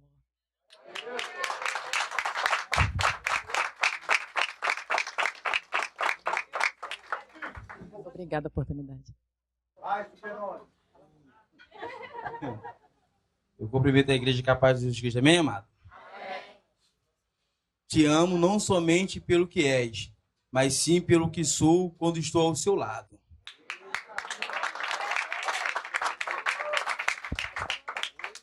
Glória a Jesus. É o próximo. Peguei uma placa, eu amo meu esposo. Assim, foi muito edificante, né? O que foi dito aqui pelo pastor nesta noite. E como muitos casamentos, como o pastor falou, nós também tivemos os altos e os baixos, né? Estivemos a ponto também de nos separarmos. Tivemos, assim, uma situação muito difícil, aonde eu falei, não, chega, vou pedir o divórcio, ele para um lado, eu para o outro. Mas essa placa fala muito, porque eu falei, não, peraí, eu amei esse homem lá atrás. E agora eu quero me separar dele? Eu amo meu esposo. E eu vou restituir o sentimento. E para a honra e glória do nome do Senhor Jesus, nós estamos aqui. Para a honra e glória do nome de Deus. Amém? Amém. Quer falar alguma coisa para ela? Amém? Quem mais? Oh, glória a Deus, mais um casal corajoso. Eita, aquele veio com 2 placas. O casal tá vindo com 2 placas. Que bênção, gente. Boa noite a todos, paz do Senhor. Amém. Estou muito feliz de estar aqui com a minha amada. Eu lembro de quando eu ia casar, e aí o pastor Ailton que fez o nosso casamento, mas quem celebrou foi um pastor amigo nosso, que descansa já com Cristo. E ele falou para o pastor, eu casei com 17 anos, né? Ele falou, pastor, o senhor é maluco? O senhor vai casar um garoto de 17 anos? Mas o que eu posso dizer é que quando Deus está num casamento, é como um cordão de 3 dobras, né? É mais difícil de arrebentar. Não arrebenta. Por isso que veio até uma plaquinha aqui, ó. Portanto, o que Deus uniu, ninguém separe. Então, nada pode separar o nosso casamento, porque Deus está no nosso meio e nos abençoando a nossa união. E eu já vou fazer esse ano 7 anos de casamento para a glória de Deus. Deus abençoe a todos, amém? Eu escolhi aqui uma placa especial, porque como meu esposo falou, nós nos casamos, ele tinha 17 anos, e assim, eu tinha muitas dúvidas, assim, porque quando nós nos casamos eu já tinha 2 filhas, e então assim, eu ficava pensando se de repente ele poderia, depois de um tempo, depois de passar um pouco a idade, amadurecer mais, se era isso mesmo que ele queria. E ele sempre teve muita certeza do passo que nós estávamos dando. E hoje nós temos mais 2 filhos, frutos da nossa união. E, assim, eu escolhi essa placa justamente por isso, porque eu falei para os irmãos, que diz assim, o amor jamais acabará. Então, todas essas dúvidas que eu tinha no meu coração, assim, graças a Deus eu não tenho mais, né? Muito tempo atrás já não tenho. E cada dia mais o Senhor tem abençoado a nossa união e fortalecido a cada dia mais.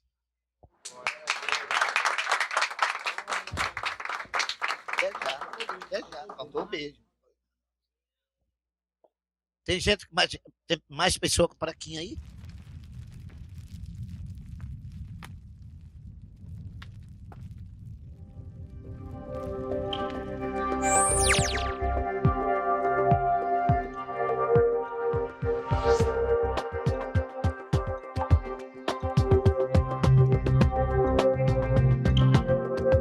Tchau.